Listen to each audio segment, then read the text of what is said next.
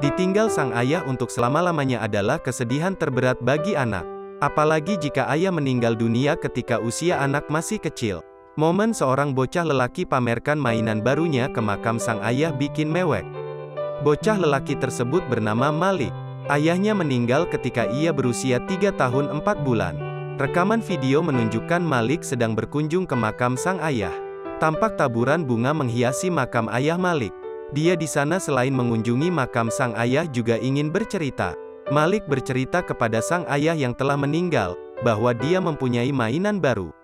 Rupanya selama ini Malik menganggap sang ayah tidak meninggal dunia melainkan sedang sakit dan tidur di makam. Ketika di makam Malik mengatakan hal yang tak terduga. Dia berkata jika ayahnya sudah sembuh dan hendak diajaknya pulang. Mungkin dengan dia mengunjungi makam sang ayah, Malik akan merasa dekat dengan beliau.